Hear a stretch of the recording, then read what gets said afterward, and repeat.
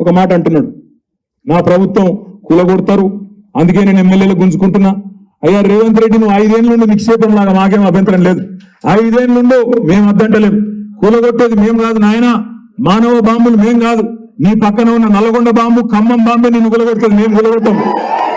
కాంగ్రెస్ వాళ్ళు ముందే వాళ్ళు ఎండ్రికాయలు లెక్క, ఒకడు ఎగురుతుంది ఇంకోటి కూర్చుంటాడు. మాకు సంబంధం లేదు, మాకు అవసరం కూడా లేదు. 5 ఏళ్ళు నువ్వే ఉండు, నువ్వే నీ 420 హామీలు, నువ్వు ఇచ్చిన 420 హామీలు నెరవేర్చి ప్రజల మనసు తెలుసుకొని నేను వద్దంటలేను. 2 లక్షల రుణమాఫీ అన్న వచ్చాయి, 2 లక్షల ఉద్యోగాలను వచ్చాయి, ఆడబిడ్డలకు 1,67,00,000 మందికి 2,500 రూపాయలు ఇస్తాను. అట్లా అన్ని చెప్పిన మాటలు చేయవా నాయన అంటే అది చేత కాదు. ఫోన్ ట్యాపింగ్, గొర్రెల స్కాము, బర్రెల స్కాము, మేడిగడ్డ మేడిపండు అయింది, కాళేశ్వరం ఇదైంది అదైంది. అసలు పని మాత్రం చేసింది ఏం లేదు. పిఆర్ స్టంట్లు, లీకులు ఇచ్చుడు, యూట్యూబ్లకు జనాల దిమాగ్ ఖరాబ్ చేసుడు, మనం తెల్లారలేస్తే తిట్టుడు.